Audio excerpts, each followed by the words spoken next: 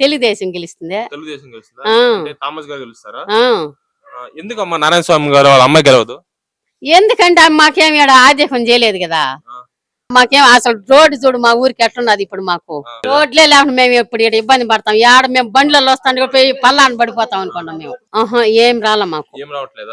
ఆసరా డబ్బు రాలా, సున్నా వడ్డీ డబ్బు రాలా, ఏమి రాలా మాకు. తెలుగుదేశం గెలిపిస్తాం. తెలుగుదేశం గెలుస్తారు అంటే థామస్ గారు. అంటే అది గెలిస్తే మీకు డెవలప్మెంట్ జరుగుతుందని మీరు నమ్ముతున్నారు? నమ్ముతాం మేము.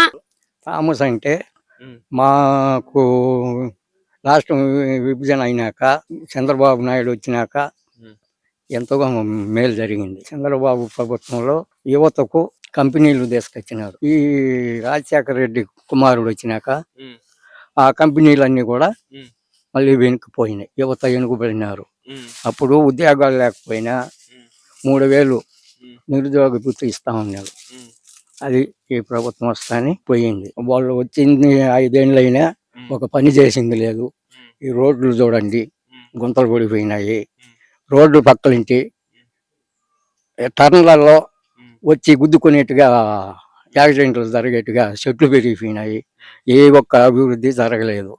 కానీ మాకు తెలిసినంత వరకు ఆమె గెలవదు. థామస్ గారు గెలిస్తే 40,000 ఓట్లతో మెజార్టీ గెలుస్తారు. థామస్ గారే గెలుస్తారు. 10 years ఎమ్మెల్యే ఉన్నారు కానీ మాకేం చేయలేదు. ఇక అభివృద్ధి ఏం కాలేదు ఇక్కడ ఇటు పక్క.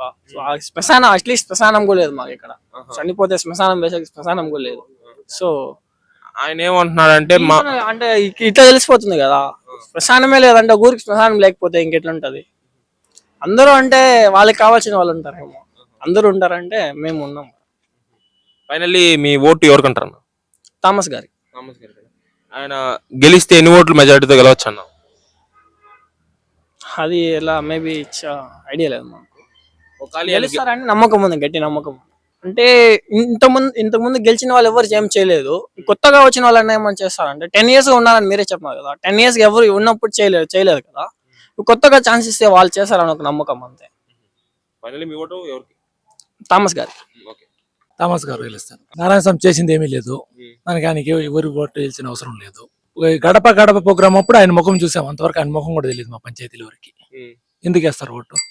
మాది రేషన్ కార్డు, ఆధార్ కార్డు ఇస్తాము. మాకు ఒక రేషన్ తప్ప ఇంకేమీ ఏ పథకాలు మాకు అందలేదు.